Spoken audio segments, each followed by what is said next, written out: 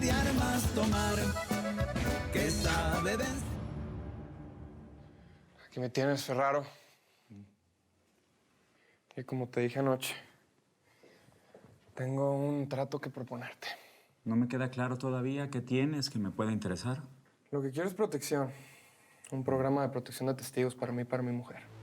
Porque sin eso yo no te firmo nada. ¿Mi mujer?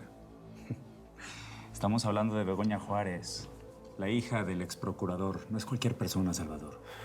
Eso le suma un valor adicional, ¿no Bueno, crees? pues a mí me vale madres. Es mi mujer y la quiero conmigo.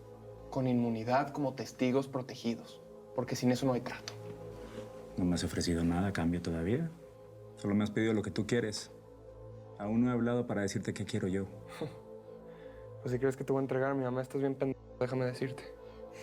Porque mi mamá y Manuel están fuera de esto.